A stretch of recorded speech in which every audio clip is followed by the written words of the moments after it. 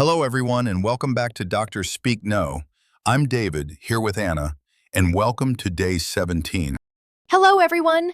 Today we tackle one of the most common questions in the whole English-speaking world. Along with, how are you and where are you from, people always ask, what do you do? And they mean, of course, what's your job? So today we learn to talk about our work in a confident, natural way. By the end of this episode, you'll have a clear, warm answer to, what do you do? Whether you have a full-time job, you're a student, you're between jobs, or you take care of your family. Have you ever wanted to explain your work, but the words got stuck? Sound familiar? Not anymore. Let's begin. Why does this matter so much? Because what do you do is often the second or third question in any first meeting. In shops, at parties, at events, at work, everywhere. And it's more than just information. It's a moment of first impression. When you answer confidently, people take you seriously. They connect with you.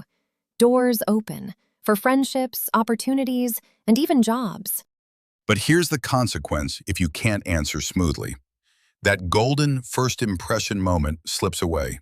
You freeze, they change the topic, and the chance to connect is gone. But when your answer is clear and warm, people remember you. They ask more questions, and a small chat can become a real conversation. So this small answer really matters. Let's make yours great. Common mistakes. Mistake number 1, saying, I'm teacher. Careful, don't forget the small word a. Say, I'm a teacher, or I'm a nurse, or I'm a student. That little a makes it correct. Mistake number 2, forgetting an before a vowel sound. Say, I'm an engineer. I'm an artist. I'm an accountant.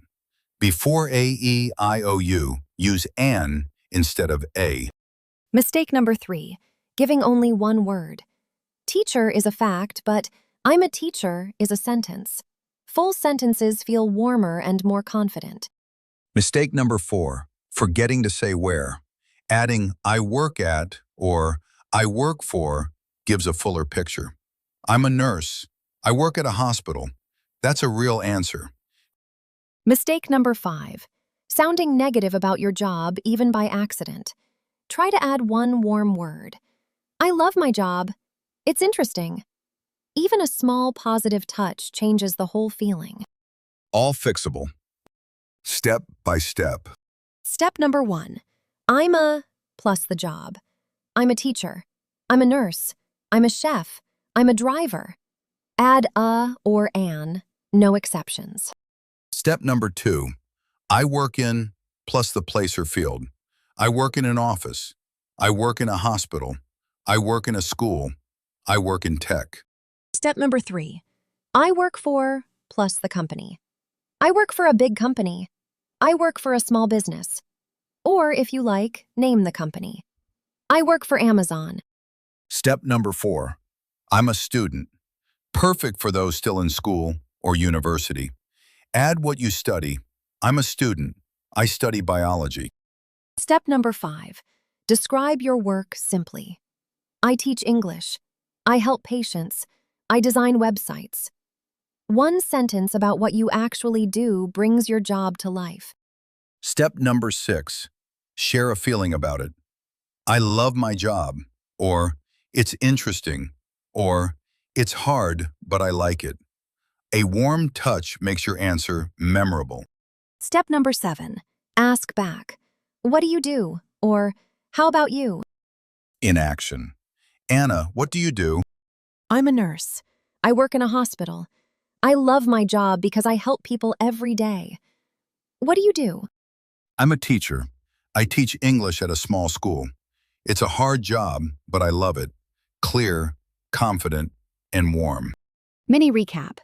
I work for, I'm a student. Say what you do. Share a feeling. Ask back. Home practice.